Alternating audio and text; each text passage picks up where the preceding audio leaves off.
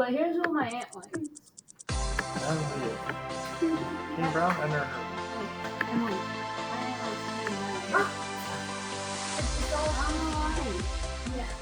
The storm is here. Conditions are getting worse. Everyone should be out of the beach area. That was the word yesterday from a county official in coastal North Carolina, where hurricane-force winds were expected to continue blowing into Friday morning. Welcome to CNN 10, everyone. I'm Carl Lazus at the CNN Center. A few hundred miles east of here, Hurricane Dorian is battering the American coast. After temporarily strengthening to Category 3 status, Dorian was once again a strong Category 2 storm last night with wind speeds of 110 miles per hour.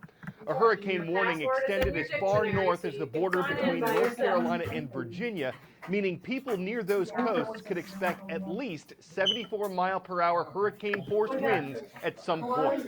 In Charleston, South Carolina, forecasters predicted a storm surge, a rise in seawater levels of 5 to 8 feet higher than where the tide normally is.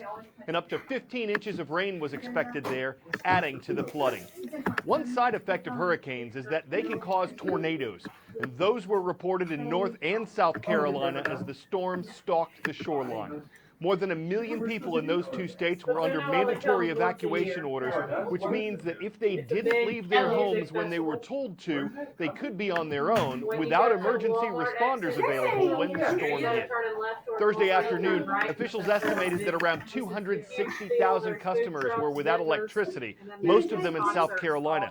CNN's Brian Todd found one of the reasons why. He was in the historic city of Charleston when Hurricane Dorian's eye was 45 miles away. We're at the corner of East Bay Street and Market Street. I'm going to have our photojournalist Harlan Schmidt just go right past me down the street on Market. You can see that down power line over there sparking, and you might see it explode any minute now because we rolled up on this thing about 30 minutes ago. There you can see it whipping around and causing sparks, but it really explodes every few minutes. And then the lights flicker on and off where we are. Clearly, it's not that bad down Market Street over there. Significant flooding here on Market Street and other streets. But what if Google is wrong and that's not really his address? Get ready, it could explode because there's a transformer that really exploded violently. No, if it actually sends to the White House.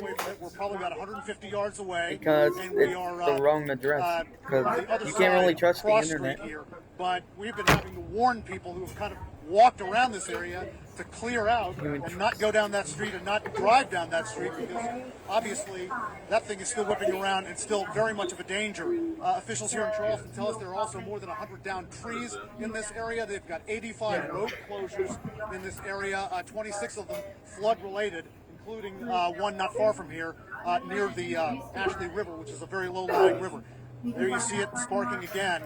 This thing could really blow in a second because it's been very, very violent at times while we've been here. And very, very dangerous, obviously, for anybody all along these streets. You know, Charleston is used to this kind of thing, but this is the third major hurricane to impact this area in the last 3 years. You had Matthew in 2016, you had Irma in 2017, now this. They also had a 1,000-year flood event in 2015.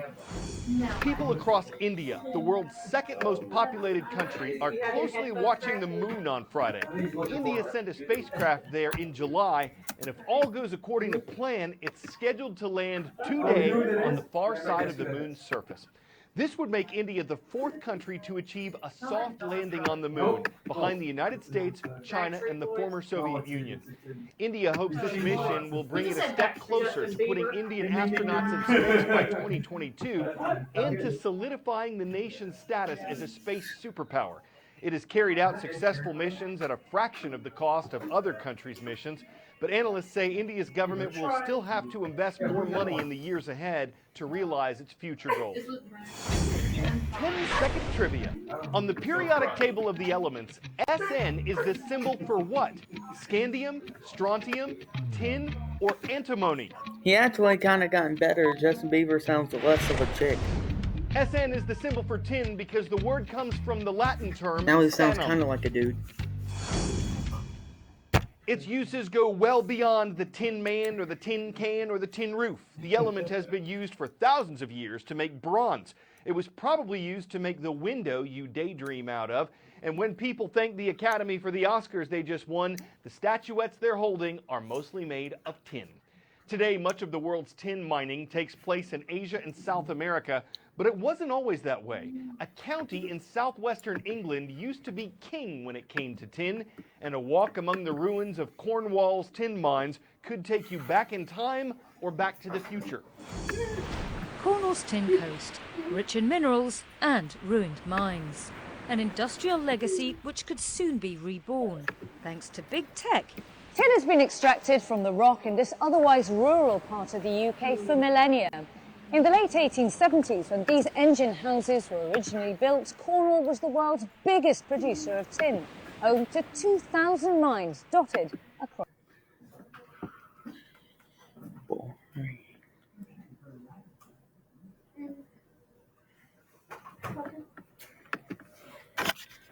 These new Canadian owners think that they can make Cornish tin profitable once more. Tin has been aptly described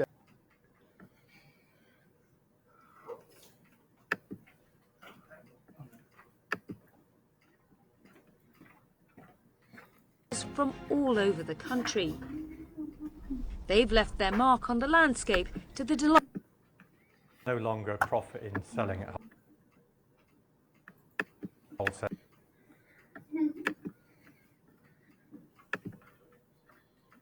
Physical process that the mineral has to go through to get to it. It seems to capture different people. Even if. Nina Dos Santos, CNN, Cornwall, in England.